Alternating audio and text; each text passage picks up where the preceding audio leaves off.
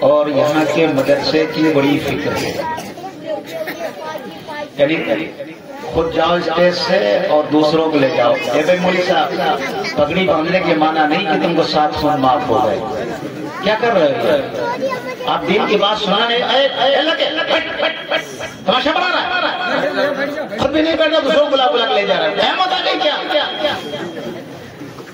ہم یہ دین کی بات کر رہے ہو، قیامت کہاں برپا کی ہوگی؟ دوسری جگہ جب جماعت کھڑی ہو جائے تو کسی کے لیے جائز نہیں ہے کہ ادھر ادھر کا کام کرے، نماز میں شریک ہو، چاہے متولی ہو یا صدر ہو، کوئی صدر کہ صاحب ہم صدر ہیں، ہم نماز میں جماعت میں شریک، صدری پہلے گھوم رہا ہے، کہے کہ صدر جو نماز میں شریک نہیں، ہم جلسے کے منتظم ہیں۔ حضرت مولانا بھی اگر کہیں ہم منتظم ہیں، ان کو بھی بیٹھنا۔ حضرت مولانا قاری سید صدیق احمد باندوی نور اللہ مرقدہ کو اس گنہگار آنکھوں نے دیکھا، حضرت باندہ میں جلسہ کراتے تھے، خود بنفس نفیس جلسے میں بیٹھتے رہتے، یہ تھوڑا ہے کہ مقرر کار اٹھا دیا اور غائب۔ تو اس لیے یہ بعض لوگ دنیا میں آگ جلاتے ہیں دوزخ کی، کیسے؟ دیکھو یہاں الاؤ جل رہا ہے، یہ الاؤ کیا ہے؟ دوزخ کی آگ، شیطان وہاں لوگوں لے جائے گا اور وہیں تپوائے گا کہ پہلے یہاں تاپو تاکہ دوزخ کی آگ تاپو۔ جب یہ یہاں بیٹھیں گے الاؤ کے پاس تو دین کی بات سنیں گے نہیں، اپنی جھک ماریں، اور یہاں قرآن پڑھا جا رہا ہے، وَإِذَا قُرِئَ الْقُرْآنُ فَاسْتَمِعُوا لَهُ وَأَنصِتُوا، قرآن پڑھا جائے خاموش رہو، بک بک مت کرو۔ اور یہ وہاں بک بک کریں گے، ایک الاؤ ادھر جل رہا ہے کہ ادھر جل رہا ہے، دونوں الاؤ پہ پانی ڈال دو۔ اس وقت میں الاؤ میں پانی ڈالنا بڑا ثواب۔ اڑیسہ میں ایک بار میں تقریر کر رہا تھا، وہاں شبلی صاحب گواہ، ایک ندی کنارے جلسہ 10,000 کا اڑیسہ مجمع بہت ہوتا ہے، اور صاحب وہ مونگ پھلی کے ٹھیلے لگے ہوئے تھے، میں نے منع کیا بھائی نہ لگاؤ نہ لگاؤ، نہیں مانے، میں نے کہا اے نوجوانوں کون جنت لینا چاہتا، ٹھیلوں کو پلٹ دو۔ اٹھے نوجوان اور مونگ پھلیاں ساری ٹھیلوں میں ندی میں چلی گئی، میں نے اللہ کے اب بیٹھ جائیں گے لوگ، اب سارا مجمع بیٹھ گیا۔ آج ہی کی تجارت دن بنی ہے آج، اسی لیے بھیا اے بھائی ارے دیکھو جو لوگ پیچھے وہاں کھڑے ہوئے ہیں، یہ جو لوگ پیچھے کھڑے ہوئے ہیں یہ گناہ کر رہے ہیں بہت بڑا، وہاں اپنی کٹ سپاٹی کر رہے ہیں۔ یہاں میں حضور کی حدیث بیان کروں گا، داڑھی رکھے ہو چاہے جو کچھ ہو، آپ لوگ اپنے گھروں میں بیٹھ جائیں، سو جائے، کم سے کم گناہ نہیں ہوگا۔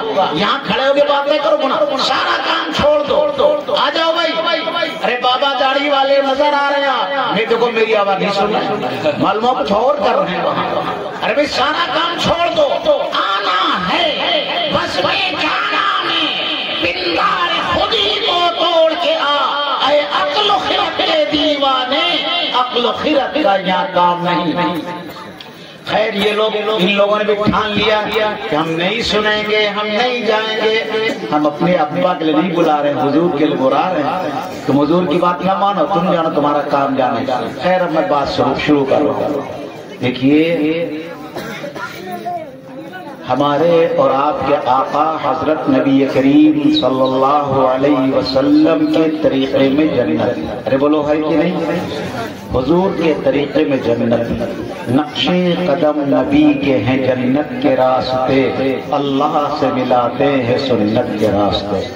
آج یہ طے کرو صرف ایک بات کہ انشاءاللہ حضور کی سنت کے مطابق نبی کی غلامی میں زندگی گزاریں گے بھائی۔ پہلی بات، حضور پاک علیہ السلام نے شادی کی نہیں کی؟ ارے حضور کے نکاح ہوئے نہیں ہوئے؟ کتنے نکاح؟ 11۔ کتنے نکاح ہوئے؟ کسی کے لیے 11 نکاح جائز نہیں ہے، 4 نکاح کی اجازت ہے، لیکن حضور نے کتنے کیے؟ 11۔ حضور کی بیٹیاں کیا تھی؟ 4۔ ارے بولو کئی بیٹیاں تھی؟ آج تو مسلمان حضرت فاطمہ کے علاوہ کسی کو جانتے نہیں۔ فاطمہ سب سے چھوٹی بیٹی ہیں، ان سے بڑی 3 اور بیٹیاں ہیں، حضرت رقیہ، حضرت زینب، حضرت ام کلثوم، اور سب سے چھوٹی بیٹی حضرت فاطمہ الزہرا۔ 4 ہیں کہ نہیں؟ بتا چاروں کے حضور نے نکاح کیے نہیں کیے؟ آپ نے 11 نکاح کیے نہیں کیے؟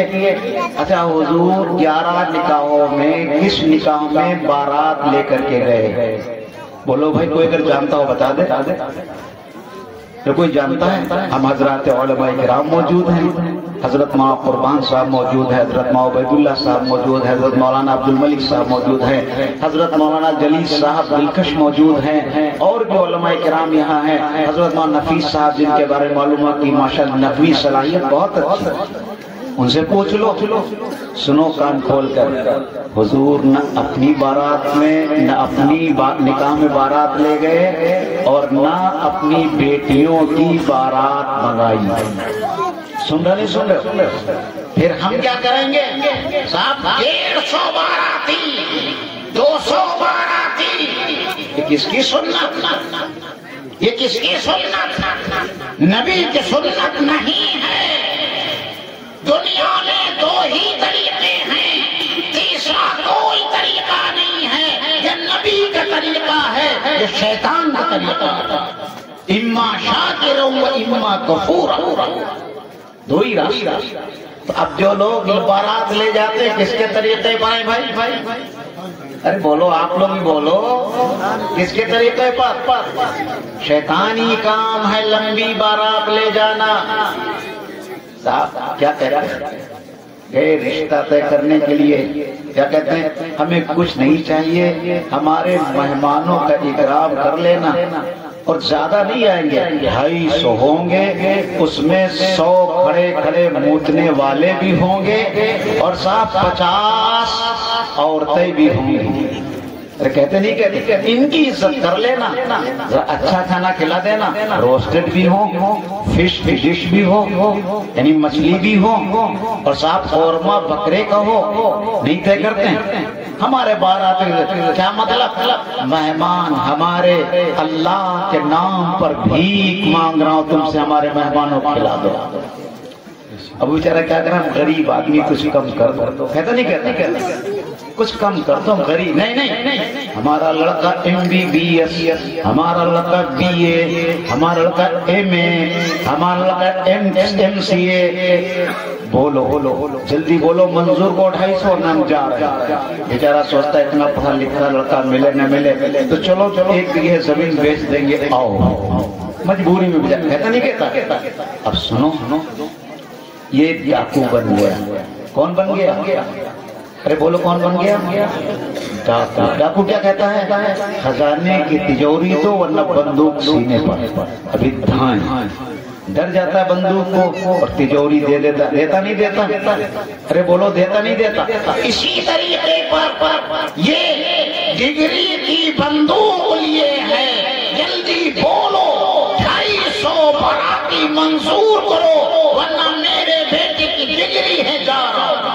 جس طرح سے چور سے، ڈاکو سے، گولی سے ڈر کر کے تجوری کی چابی دیتا ہے، اسی طریقے سے یہ اتنے باراتیوں کو منظور کر لیتا ہے۔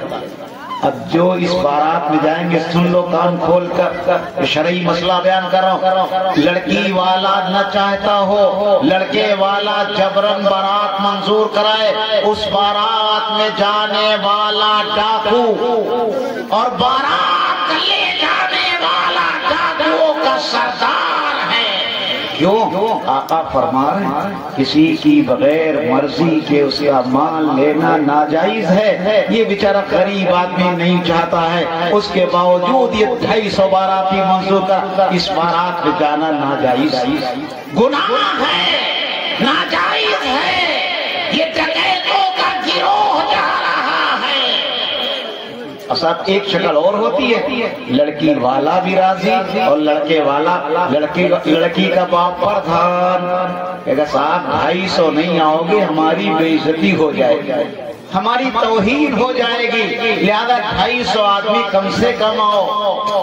اب لڑکے والا بھی مجبور ہے، اب دونوں راضی ہو گئے، اب بارات 250 کی۔ یاد رکھو اب ڈکیت نہیں ہیں یہ لوگ، یعنی جو کہ دونوں لوگ راضی ہیں تو ڈکیت تو نہیں ہے، یہ ڈاکوں کا سردار نہ باراتی ڈاکو۔ لیکن یاد رکھو سنت کے پھر بھی خلاف ہے، آقا کے طریقے کے خلاف ہے، آقا کے مذہب کے خلاف ہے، آقا کی سنت سنت کے خلاف. پھر بھی میں مذاہب میں پڑھ رہا تھا اس وقت ایک مراد آباد کے بہت بڑے سیٹھ آئے حضرت شیخ الحدیث صاحب نور اللہ مرقدہ کے پاس، اور ان کو لے کر کے حضرت مولانا محمد سلمان صاحب نور اللہ مرقدہ ناظم مذاہب لے کر کے آئے اور حضرت سے تعارف کرا رہے ہیں، کیونکہ حضرت کی خدمت جو بندہ رہا کرتا تھا، اس لیے باتیں صاحب نے کہا حضرت یہ بہت بڑے سیٹھ ہیں، مذاہب کی جو مسجد جدید ہے انہی کے اوپر منحصر، انہوں نے بنوائی، لہذا حضرت ان کی خواہش ہے کہ آپ ان کے بچے کا نکاح پڑھا دیں. حضرت نے بہت اچھا، کہاں سے نکاح ہوگا؟ دہلی سے. کہا کتنے لوگ جائیں گے؟ کہا حضرت 500 آدمی مانگے تھے انہوں نے. کہنے لگے کہ بھائی باراتی کتنے؟ کہنے حضرت 300 لے جاؤں گا. ارے اتنے باراتی؟ حضرت لڑکی والا بہت مالدار، ہر لڑکے ہر باراتی کو چاندی کی پلیٹ بھی دے گا. وہ تو 500 کہہ رہے تھے، لیکن ایک رنگ کی شاندار ایک قسم کی گاڑیاں مجھے 300 زیادہ نہیں ملی، اس لیے 300 گاڑیاں جائیں گی بارات میں. ارے بولو کتنی جائیں گی؟ 300. سب ایک گاڑی میں صرف ایک آدمی ہوگا. کیوں؟ یہ تھوڑا ہوگا کہ اس میں 50 آدمی بھر جائے. حضرت نے فرمایا تم بھی راضی وہ بھی راضی. ہاں حضرت دونوں راضی. میں نے اپنی آنکھوں سے دیکھا شیخ کے آنسو لگے.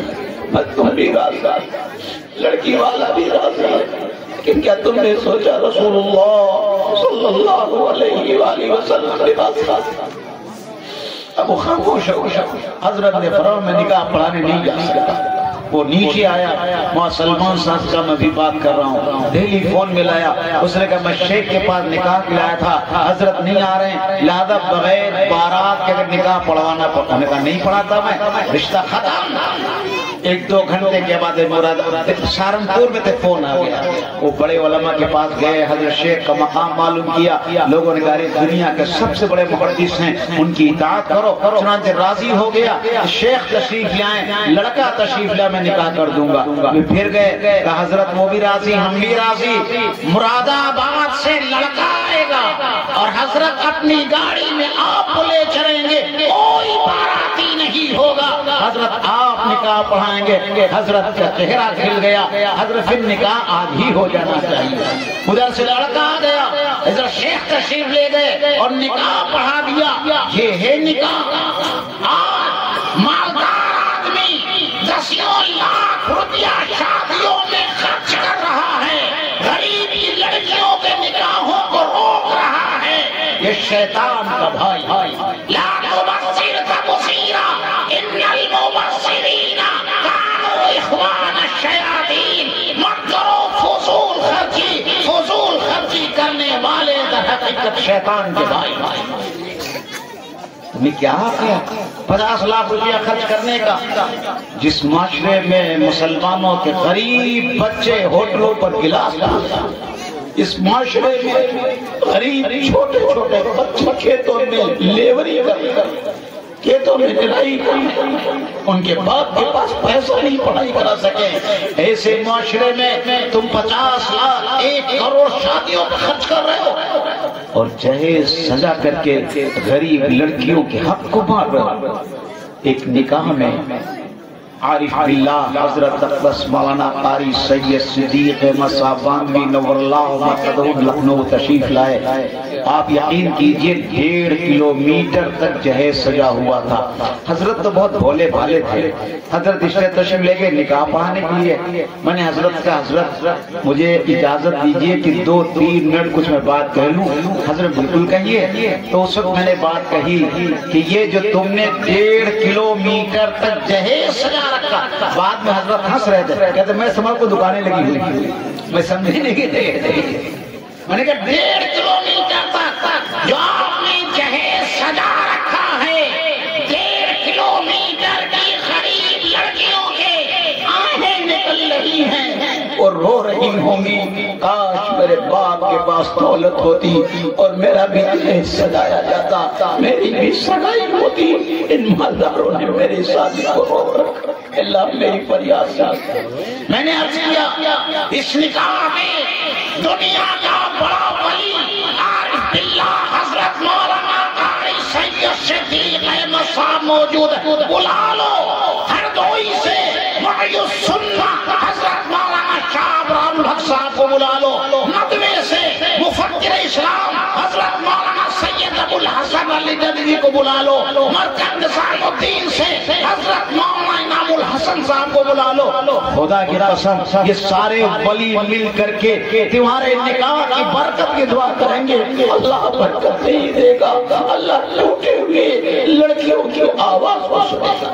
حضرت محمد صدیق صاحب کھڑے ہو گئے، میری پیٹھ پر مائک لے لیا، فرمایا مولی اسلام نے سچ کر حضرت نے فرمایا نکاح نہیں پڑھاؤں گا، منع کر دیا۔ شیخ صاحب آیا خوشامد کی، حضرت نے فرمایا اعلان کرو اس محلے کی 20 غریب لڑکیوں کا نکاح تم اپنے پاس سے کرو گے، تب میں نکاح پڑھاؤں گا نہیں پڑھاؤں گا۔ وہ شیخ صاحب کھڑے ہوئے اور رو کے اعلان کیا کہ انشاءاللہ اپنے محلے کی 20 لڑکیوں کا میں نکاح اپنے پیسے سے کراؤں گا۔ تب حضرت نکاح پڑھائے۔ کیا کر رہے ہو؟ آج سنا عام تم نے کیا ہے، عام سنا علماء نفسیات میں لکھا کہ جب نکاح مہنگا ہوگا زنا سستا ہوگا، اور جب نکاح سستا ہوگا زنا مہنگا ہوگا۔ مسلمانوں نکاح کو مہنگا کر دیا، زنا سستا ہو گیا۔ ساری دنیا میں زنا کو سستا مسلمانوں نے کیا۔ حضور کے زبان میں نکاح کیسا سستا، غریب سے غریب آدمی کو بیوی مل رہی۔ ایک غریب صحابی حضور کی بارگاہ میں تشریف فرما، ایک عورت آئی، یا رسول اللہ میں آپ سے نکاح کرنا چاہتی ہوں۔ حضور نے فرمایا خاموش رہے، ضرورت نہیں تھی، جو بھی تھا ایک غریب صحابی ہے، یا رسول اللہ آپ کو اگر ضرورت نہ ہو میرے ساتھ نکاح کر دیجئے۔ حضور نے فرمایا اس عورت سے، عورت رضامند تھی، آقا نے فرمایا جاؤ ایک لوہے کی انگوٹھی لے آؤ مہر کے لیے۔ بولو کاہے کی؟ لوہے کی۔ کاہے کی؟ آج اگر ہمارے ہاں اگر مہر کم ہو تو باراتیں واپس ہوتی، لوہے کے لیے وہ گئے، تھوڑی دیر کے بعد واپس، یا رسول اللہ مجھے لوہے کی انگوٹھی نہیں دے سکی، میں نے جو لنگی پھینک رکھی ہے اس کے علاوہ میرے پاس کچھ نہیں، یا رسول اللہ مجھے لوہے کی انگوٹھی بھی نہیں مل رہی۔ حضور نے فرمایا تمہیں قرآن شریف کی آیتیں یاد ہیں، رسول اللہ یاد جاؤ اپنی بیوی کو یاد کرا دینا، یہی تمہارا مہر ہے۔ حضور نے قرآن کی آیتوں کے ساتھ نکاح پڑھا دیا۔ ایک وہ آدمی جس کے پاس ایک لنگی کے علاوہ کچھ نہیں ہے، آقا نے بیوی عطا فرما دیا، زنا ختم ہو گیا۔ پورے نبوی دور میں ایک کا دکا زنا کی واقعے پیش آئے حضور کے 33 سالہ نبوت، 23 سالہ نبوت میں، اور آج روزانہ ہزاروں زنا۔ کیوں؟ آقا نے ایک لنگی والے کو بیوی عطا فرما دی تو زنا ختم ہو گیا۔ آج 14 صدی کا مسلمان لاکھ 2 لاکھ سے کم میں کوئی نظریہ ہی نہیں ہے۔ جب 2 لاکھ میں نکاح ہوتا ہے تو 500 کے نوٹ آدمی جیب میں رکھ کر زنا کر لیتا ہے۔ یہ زنا کس نے سستا کیا؟ اے مسلمانوں تم نے زنا سستا کیا، کیوں نکاح کو مہنگا کیا؟ ایک موقع پر حیدرآباد میں فقیر کی تقریر ہو رہی تھی، ایک میں نے واقعہ بیان کیا، ایک بڑے میاں رونے لگے، میں نے تقریر کے بعد ان کو بلایا کہ بڑے میاں کیا بات؟ کہنے لگے مولوی صاحب حرام کام کی دعا کرو۔ حرام کام کی دعا کرنا تو حرام ہے، کفر میں شریک ہو جاؤ گے، کیا کر رہے ہو مولوی صاحب؟ بڑے میاں تب بات یہ میری 2 بیٹیاں تھی، 2 دکانیں، میں نے دونوں دکانیں بیچ دی، ایک دکان سے ایک بیٹی کے نکاح کر دیا، دوسری بیٹی چھوٹی تھی، ایک تاجر کو میں نے روپیہ دے دیا کہ نفع مجھے دینا، اس تاجر نے بے ایمانی کر لی، مجھے روپیہ نہیں دے رہا، اب میرے پاس 1 روپیہ نہیں۔ اس بڑھاپے میں پھل بیچ بیچ کے شام کو آتا تھا، میری بیٹی 50 سال کا سناتی، بڑھے ایک ہی بیٹی ہے، میرا نکاح کبھی کبھی تو جب نماز پڑھتا ہوں اللہ سے دعا کرتا ہوں اے اللہ میری بیٹی کوئی لڑکا ایسا بھیج دیجئے تو شناسائی کر لے اور محبت میری بیٹی جا کے آرام دعا۔ میرے بھائیو کس نے کرایا؟ یہ ہم نے اور آپ نے کرایا، 14 صدی کے مسلمانوں نے کرایا۔ نکاح سے زیادہ سستی عبادت اسلام میں کوئی نہیں۔ نماز پڑھو گے اس کے لیے سطر کا چھپانا فرض ہے، نکاح کے لیے سطر کا چھپانا بھی فرض ہے۔ نماز روزہ رکھو گے افطار اور سنت ہے، لیکن نکاح میں اگر آپ مہر نہیں تو بھی ادھار ہو سکتی، کوئی خرچ حج جاؤ گے مال کی ضرورت، زکات دو گے مال کی ضرورت، نکاح میں کوئی ضرورت نہیں ہے۔ لڑکا لڑکی دو گواہوں کے سامنے، نہ قاضی ہو نہ مولوی ہو نہ مفتی ہو، صرف لڑکا اور لڑکی ہوں، دو گواہوں کے سامنے لڑکی کہہ دے میں نے اپنے کچھ لڑکے کے سپرد کر دیا، میں نے اس نکاح میں اس کے لیے قبول کر لیا، لڑکا کہہ دے میں نے اس لڑکی کو اتنے مہر کی عوض میں قبول کر لیا، دو گواہ سن لے نکاح ہوگا۔ یہ ہے نکاح، ایجاب اور قبول کا نام نکاح ہے۔ اس کے علاوہ جتنی چیزیں ہیں ولیمہ سنت ہے حسب حیثیت، باقی ساری چیزیں خرافات۔ ہم نے کتنی خرافات داخل کر لی۔ آزاد دیہات ہے، شہروں میں تو میرج ہال بن گئے، گناہ کرنے کا اڈا بن گیا۔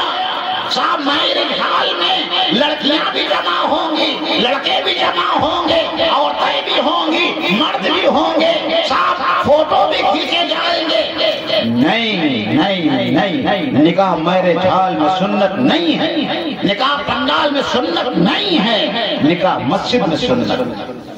مسجد میں نکاح کرو۔ کتنے لوگ ہیں جو انشاءاللہ طے کرتے ہیں آج سے نکاح مسجد میں کیا، اگر ہاتھ بھگوا دیکھیں سارا مجمع نیت کرو سنت میں حیات ہے، سنت میں جنت ہے۔ آپ نہیں اٹھائیں گے، آپ کے بیٹے نہیں ہیں، کیوں نہیں اٹھا رہے بھائی؟ آج سارا مجمع اٹھا دے کہ انشاءاللہ نکاح مسجد میں کریں گے، ماشاءاللہ قبول فرمائے۔ اور جہیز نہ مانگنا، جہیز مانگنا حرام۔ ارے بولو کیا جہیز مانگنا حرام۔ سب سے بڑا فتنہ کا انٹرنیشنل فقیر وہ ہے جو جہیز مانگتا۔ کون ہے جو جہیز مانگے؟ جو پڑھے لکھے لوگ ہوتے ہیں وہ بڑے ہوشیاری جہیز مانگتے ہیں، ہمیں تو کچھ نہیں چاہیے۔ لیکن ابھی دھورارا سے لوگ آئے تھے تو صاحب ہمیں موٹر سائیکل دے رہے تھے، لیکن میں نے نکاح منظور نہیں۔ کیا مطلب؟ موٹر سائیکل نہیں، کار چاہیے۔ یاد رکھو جہیز مانگنا اشارتن کنایتن صراحتن دلالتن سب حرام، جائز ہے، اسلام میں نہیں۔ ہاں اسلام میں میراث ہے، یوصیکم اللہ فی اولادکم للذکر مثل حظ الانثیین۔ ایک بات تو میری یہ ہے کہ انشاءاللہ آپ لوگ طے کیجئے بارات کم سے کم لے جائیں گے۔ بولو کتنے لے جائیں گے؟ 10 آدمی، 20 آدمی، 30 آدمی، بس کتنے آدمی بارات لے جائیں گے تاکہ آپ کے بیٹے کے نکاح کے لوگ گواہ ہو جائیں۔ وہ بھی لفظ بارات نہ کہیے، مہمان۔ ہم اتنے مہمانوں کو لے کے آئیں گے، 10-15 مہمان لے کے آئیں گے، 20 مہمان لے، یہ نہیں 100-200 طے کرو انشاءاللہ بارات کا سلسلہ ختم کریں گے۔ آپ نے بھی طے کیا حضور کی سنت پہ عمل کریں گے، حضور کی سنت بارات نہیں ہے، نکاح سادگی سے کرو۔ اچھا ایک بات بتاؤ، سب سے بڑی دعا کس کی؟ حضور کی دعا سب سے بڑی ہے کسی ولی کی؟ آپ لوگ جاتے ہیں حضرت دعا کر دیجئے ہماری لڑکی کا نکاح ہوتا، کہتے نہیں کرتے بزرگ؟ بالکل کراؤ، لیکن حضور کی دعا کو ٹھوکر مار۔ کیوں؟ آقا نے کیا کہا؟ اے اللہ اس نکاح میں برکت فرما جس میں خرچہ کم ہو، محنت کم ہو، اللہ اس نکاح میں برکت فرما۔ آپ نے خرچہ زیادہ کیا، آپ نے شور و شرابہ زیادہ کیا، اب نکاح سے برکت اٹھ گئی، تو برکت کس نے اٹھایا؟ ہم نے، آپ نے۔ آج سارا مسلمان طے کریں انشاءاللہ نکاح سادگی سے کریں گے انشاءاللہ۔ ایک بات، دوسری بات، گاؤں دیہات میں چونکہ میرا جانا ہر جگہ ہو رہا، میں دیکھ رہا ہوں گاؤں وغیرہ میں آپس میں لڑائی جھگڑے بہت ہو، اللہ کرے یہاں نہ ہو، بہت اچھی بات ہے۔ لالا جی پرواہ ہے یہاں کچھ نہ ہو تو بہت اچھی بات، لیکن اکثر دیکھتا ہوں، اس لیے میں عرض کر رہا ہوں مسلمانوں سب سے بڑا گناہ آپس میں لڑنا اور جھگڑنا۔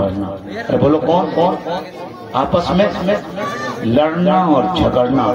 حضور نے فرمایا کہ آپس کی لڑائی جھگڑے مونڈ دینے والی ہیں، حضور نے اس طرح سے بال نہیں، نیکیوں کو مونڈ دیتی ہیں۔ اگر تم نے کسی سے لڑائی جھگڑا کر لیا، آپس میں مار پیٹ کر لیا، تمہاری نیکیاں ختم ہو گئی، نیکیاں مونڈ گئی۔ تم نے جو نماز پڑھی تھی، تم نے جو اشراق پڑھی تھی، تم نے جو تہجد پڑھی تھی، ساری برباد، ساری برباد۔ لڑائی جھگڑا کتنی نحوست چیز ہے بتائیں آپ کو؟ نبی موجود، نبی کی برکتیں موجود، نبی کی برکتیں موجود، سب کچھ موجود ہے، لیکن حضور پاک علیہ السلام نے اللہ کے پیغمبر کو شب قدر بتا دی، فلاں تاریخ میں شب قدر ہوگی۔ حضور نے سوچا جلدی جائیں اور اپنی امت کو بتا دیں تاکہ 1000 مہینوں کا ثواب تھوڑی دیر میں ایک رات میں کما لیں۔ آقا جلدی جلدی باہر آئے، دیکھا 2 لوگ لڑائی کر رہے ہیں، 2 لوگ جھگڑا کر رہے ہیں۔ آقا نے فرمایا ان 2 لوگوں کی جھگڑے کی نحوست میرے اوپر ڈال دی، یعنی مجھے وہ تاریخ اللہ نے بھلا دیا۔ اور یہ 2 مسلمانوں کے جھگڑے کا اثر نبی پر پڑ سکتا ہے تو ہمارے جھگڑے کا اثر ہم پر نہیں پڑے گا۔ آج ساری دنیا میں جو انتشار ہے، خلفشار ہے، دھماکے ہیں، رب کعبہ کی قسم ہمارے لڑائی جھگڑے کا لڑائی جھگڑے کا۔ اور آج حال یہ ہے اگر دوسرا آدمی ترقی کرے کوئی بات، لیکن ہم پڑوسی جل رہا، ارے نہیں جل رہا، دیوار کے اعتبار سے ایک دیوار کا فاصلہ، دلوں کے اعتبار سے میلوں کا فاصلہ۔ صاحب کسی محلے میں جائیے، تمہارا سامنے والے کا کیا معاملہ، کوئی صاحب بول چال نہیں، کتنے دن ہو گئے، کتنے دن ہو گئے بول چال، صاحب 2 سال ہو گئے۔ یا اللہ یہ مسلمان بھی ہے، حضور نے کیا فرمایا، لا یحجر فوق 3 لیال، کسی مسلمان کے لیے جائز نہیں ہے 3 دن سے زیادہ مسلمان بھائی کو چھوڑ دے۔ بے شک لڑائی ہوگی، ہم انسان ہیں، بشر ہیں، لڑائی ہو، ایسا نہیں کبھی لڑائی نہیں ہوگی، لڑائی تو ہوگی، آپ سے بھی ہوگی، ہم سے بھی ہوگی۔ اور لوگ کہتے ہیں مولانا لگے، ارے مولانا پڑھے کہ صحابہ، ارے بولو مولانا پڑھے کہ صحابہ بھی لگے، تو لڑائی ہوگی، یہ نہیں لڑائی کہاں نہیں ہوتی ہے، لڑائی نہیں ہوتی فرشتوں میں، اس میں نہیں ہوتی ہے۔ اور ہم اور آپ سبھی فرشتے نہیں بلکہ انسان، ارے بولو کون ہے، لڑائی ہوگی۔ ارے میاں اس پوری کائنات میں سب سے افضل اور اعلیٰ ابو بکر عمر، کون ہے، پورے انبیاء کے بعد سب سے افضل ابو بکر، ان میں لڑائی ہو گئی، لڑائی ہوئی۔ حضرت ابو بکر نے حضرت عمر کو کوئی سخت جملہ کہہ دی، اب آگے بڑھے، حضرت ابو بکر پیچھے سے عمر معاف کر دیجئے، یہ صفت کس کی ہے، آدم علیہ السلام کی، غلطی ہوئی اللہ سے معافی مانگی، جھگڑا ہوا فوراً عمر معاف کر دو، لیکن عمر خود سے جذبات نہیں مانگی، آگے بڑھے، گھر آ گیا، اپنا دروازہ کھولا اور دروازہ بند کر لیا۔ ابو بکر رونے لگے کہ آج ابو عمر کے دل میں زیادہ چوٹ لگ گئی، روتی ہوئی حضور کے دربار میں، یا رسول اللہ آج میں نے عمر کو کوئی سخت جملہ کہہ دیا، عمر ناراض ہو گئے، میں نے بہت معافی مانگی لیکن معاف نہیں کہ اپنا دروازہ بند کر لیا۔ تھوڑی دیر میں حضرت عمر کا غصہ ٹھنڈا ہوا، ارے میں نے کیا غصب کیا، ابو بکر نے معافی مانگی، میں نے معاف نہیں کیا، کتنا بڑا کارا ہے۔ دروازہ کھولا، دیکھا ابو بکر غائب ہے، کب وہ اگر گئے ہوں گے تو حضور کے پاس گئے ہوں گے، سیدھے حضور کے دربار میں پہنچے، دیکھا ابو بکر بیٹھے رو، حضور یا رسول اللہ آج میں نے ابو بکر نے معافی مانگی، میں معاف نہیں، میں ابو بکر سے معافی مانگی، ان سے معافی مانگی۔ حضور نے کیا فرمایا، اے لوگو کم سے کم ابو بکر کو ہمارے لیے چھوڑ دیا، ساری کائنات کے انسان ہمارا کر دیا سوائے ابو بکر، وہ اللہ دے گا، ابو بکر کو میرے لیے چھوڑ دیا کرو۔ دونوں بڑے ہوئے اور معاملہ ختم کر دیا، دونوں نے سینہ ملا لیا۔ کیا مطلب، لڑائی ہوگی، جھگڑے ہوں گے، لیکن اس کی میعاد 3 دن تک ہے، 3 دن کے بعد سلام دعا کرنا ضروری ہے۔ بولو کیا ہے، 3 دن کیا سلام دعا کرنا ضروری ہے. ہمارے کیا سال ہو گئے؟ 2 سال. کیا کہتے ہیں؟ ہم پہلے سلام کر لیں گے ہماری مونچھیں نیچی ہو جائیں گی. سچ بتاؤ ہماری مونچھیں اونچی کہ حضور کی مونچھیں؟ خدا کے قسم حضور کی ایک بال کے برابر ساری دنیا کی سب نہیں ہو سکتی. اس آدمی نے 3 سے زیادہ بول چھوڑ دی تو اس نے حضور کو نیچا دکھا دیا اپنا پوچھا. ہے جو حضور کو نیچا دکھائے اس کا کیا ٹھکانہ ہوگا میرے بھائیو. سنو قیامت کا میدان ہوگا، نفسی نفسی کا عالم ہوگا، ہر آدمی کی زبان پر ہوگا العطش العطش،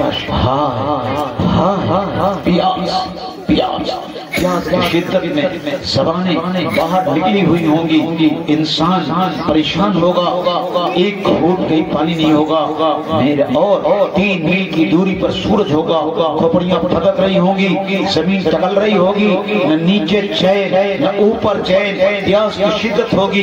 ہائے ہائے پیاس پیاس پیاس پیاس، کہیں پانی نہیں ہوگا.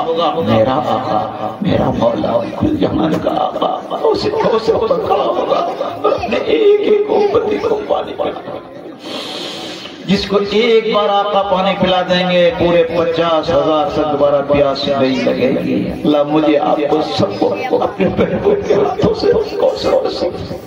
ایک تو کوثر کی لذت ہے. عارفین فرماتے ہیں، صوفیہ فرماتے ہیں کوثر سے زیادہ لذت حضور کے ہاتھوں. کس ہاتھوں سے ملے گا؟ ارے میاں اگر وزیر اعظم کسی کو پانی دے دیں سارے اخبار چھپا دے گا. تمام کائنات کے رحمت اللہ عالمین اپنے ہاتھوں سے پانی دیں گے. صوفیہ فرماتے ہیں آقا کے ہاتھوں کی لذت زمزم سے زیادہ. چنانچہ ایک آدمی آئے گا حضور کے قریب میں، حضور اس کو زمزم دینے چلیں گے. فرشتے کیا کہیں گے؟ یا رسول اللہ اس کو زمزم نہ دیجیے. پیغمبر کیوں؟ یہ تو نمازی ہے، تہجد گزار ہے، حاجی ہے. مرد حقانی کے پیشانی کا نور کب چھپا رہتا ہے پیشے ذی شعور. حاجی بھی ہے، نمازی بھی ہے، روزہ دار، اس کو پانی کیوں نہ دیں؟ فرشتے کہے یا رسول اللہ بے شک یہ حاجی بھی ہے، نمازی بھی ہے، لیکن اس نے اپنے محلے میں اپنے بھائی سے جھگڑا کیا تھا اور 3 دن سے زیادہ اس نے بول چال چھوڑ دی. حضور فرمائیں گے اس کو توڑ. سچ بتاؤ کون کام آئے؟ ماں پہلے سے بھاگ رہی ہوگی کیسا بیٹا، باپ پہلے سے بھاگ رہا ہوگا کیسا باپ، بیوی بھاگ رہی ہوگی، شوہر بھاگ رہا ہوگا، ایک دوسرے کے لیے کوئی تیار نہ ہوگا. یوم یفر المرء من اخیہ وامہ وابیہ وصاحبتہ وبنیہ لکل امرئ منہم یومئذ شأن یغنیہ. نہ باپ بیٹے کا، نہ بیٹا باپ کا، نہ بیوی شوہر کی، نہ کوئی کسی کا ہو پرسان حال نہیں. صرف اور صرف صرف اور صرف صرف اور صرف صرف آقا ہی ہوں گے جو ہمارے شافع ہوں گے، ہم کو پانی پلائیں. آقا انکار دیا کون کام آئے گا؟ کوئی کام؟ اس لیے میرے بھائیو طے کرو اگر لڑائی جھگڑا ہے 3 دن ہو گئے تو آپس سلام کر لیں گے جا کے. دلی دوستی کرنی ضرورت نہیں ہے، سلام دعا کرنا فرض ہے. کتنے لوگ ہیں جو انشاءاللہ 3 دن زیادہ لڑائی جھگڑا نہیں رکھے ہیں؟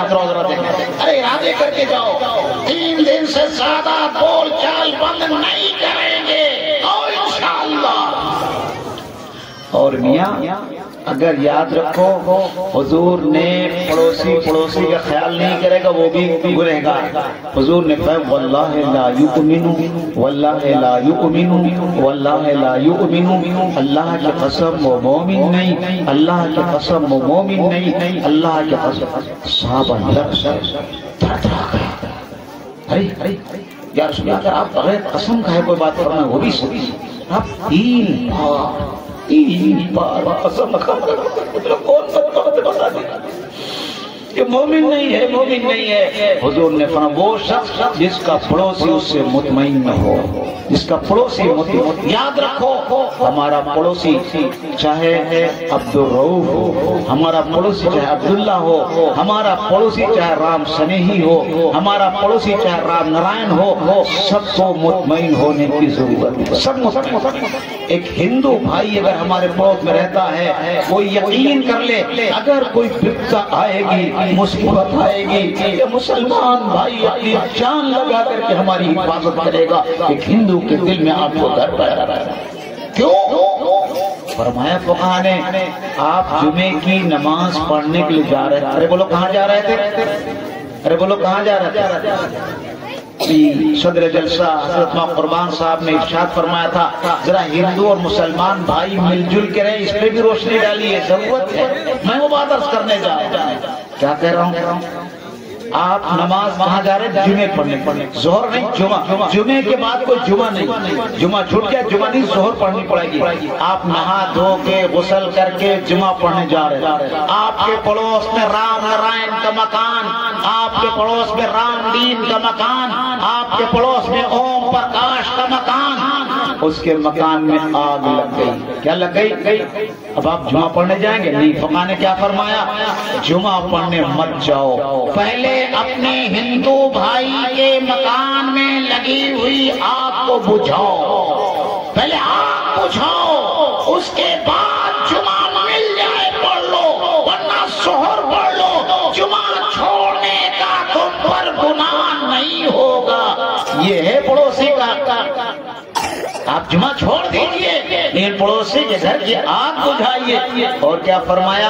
آپ کا پڑوسی رام نارائن، آپ کا پڑوسی رام بھروسے، اور آپ نے کھانا بنا کے پیٹ چھک کے کھا لیا، وہ غریب ہے، بھوکا ہے، آپ نے گناہ کیا۔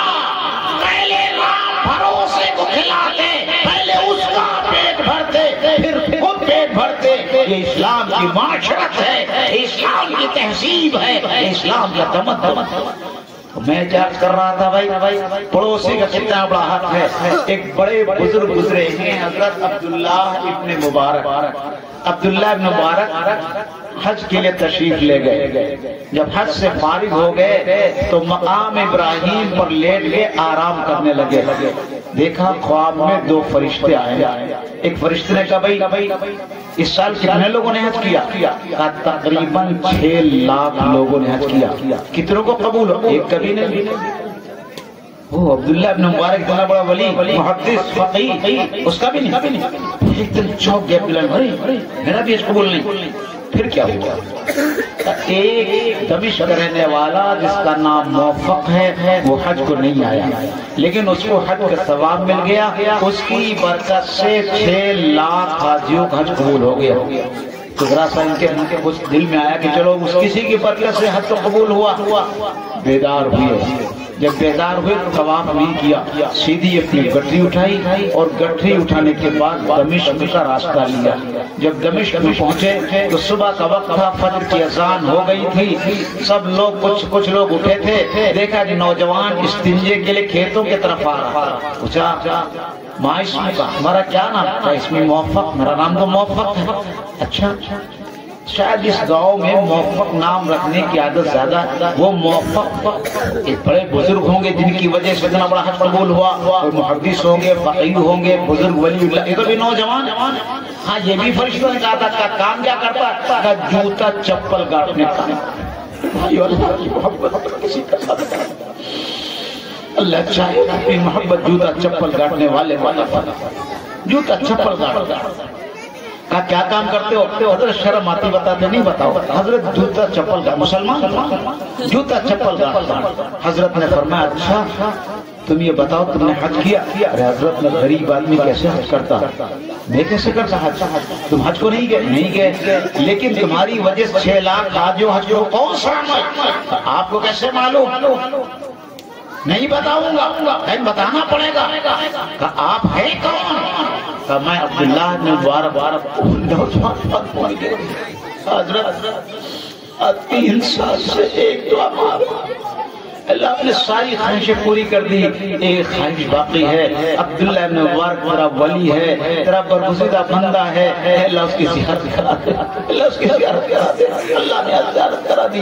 چلو حضرت آؤ، پہلے گھر آؤ پھر آپ کو بتاؤں گا۔ حضرت وہ نوجوان آگے آگے، حضرت پیچھے پیچھے، ایک پھٹی بوری اللہ نے بچھا دیا اور پھر کا بولا، کوئی مکان نہیں تھا، پرکا کے اندر ٹٹیا بچھا دیا اور اسی کے اوپر حضرت کو بٹھا دیا۔ حضرت بیٹھ گئے۔ حضرت بیٹھنے کے بعد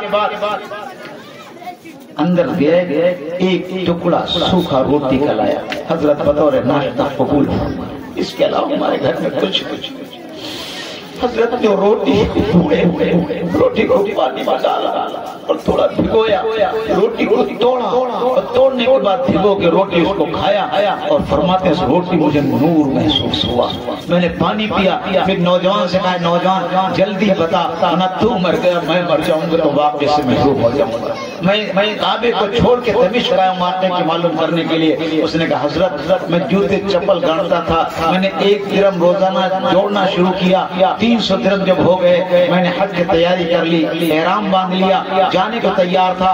اتنے میں میری پڑوسن تھی، میں نے سوچا میں صبح جانے والا ہوں، لاؤ اپنی پڑوسن سے معافی مانگی ہوں۔ میں اپنی پڑوسن کے پاس گیا، دروازے کھڑا ہو گیا، وہ بیوہ تھی، میں نے آواز دی، وہ دہلیز پر پردے کے ساتھ کھڑی ہو گئی۔ میں نے کہا اگر کوئی غلطی معاف کر دینا۔